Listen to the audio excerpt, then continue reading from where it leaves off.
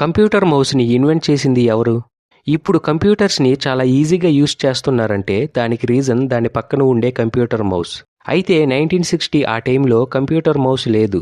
కేవలం keyboard కమాండ్స్తోనే కంప్యూటర్ని use చేసేవాళ్ళు. అలా కంప్యూటర్ని యూజ్ చేయడం చాలా కష్టంగా ఉండేది. అప్పుడు ఒక వ్యక్తి అనుకున్నాడు, మనిషి కంప్యూటర్ని సులభంగా యూజ్ చేసేలా చెయ్యాలి అని. ఆ వ్యక్తి పేరు డగ్లస్ ఏంగెల్బర్ట్.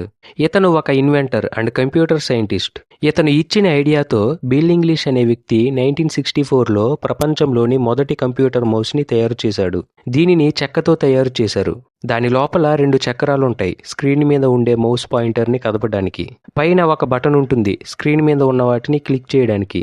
అండ్ వెనుక నుండి ఒక వైర్ ఉంటుంది. కంప్యూటర్స్ని సులభంగా యూజ్ చేయడానికి ఒక డివైస్ ఉండాలనే ఐడియా కాన్సెప్ట్ డగ్లస్ ఏంగెల్బర్ట్ది. కాబట్టి మౌస్ని ఇన్వెంట్ చేసిన వ్యక్తి ఎవరంటే ఇతని పేరే ఉంటుంది. ఈ చిన్న మౌస్ వల్ల అందరూ కంప్యూటర్స్ని ఈజీగా యూజ్ చేస్తున్నారు.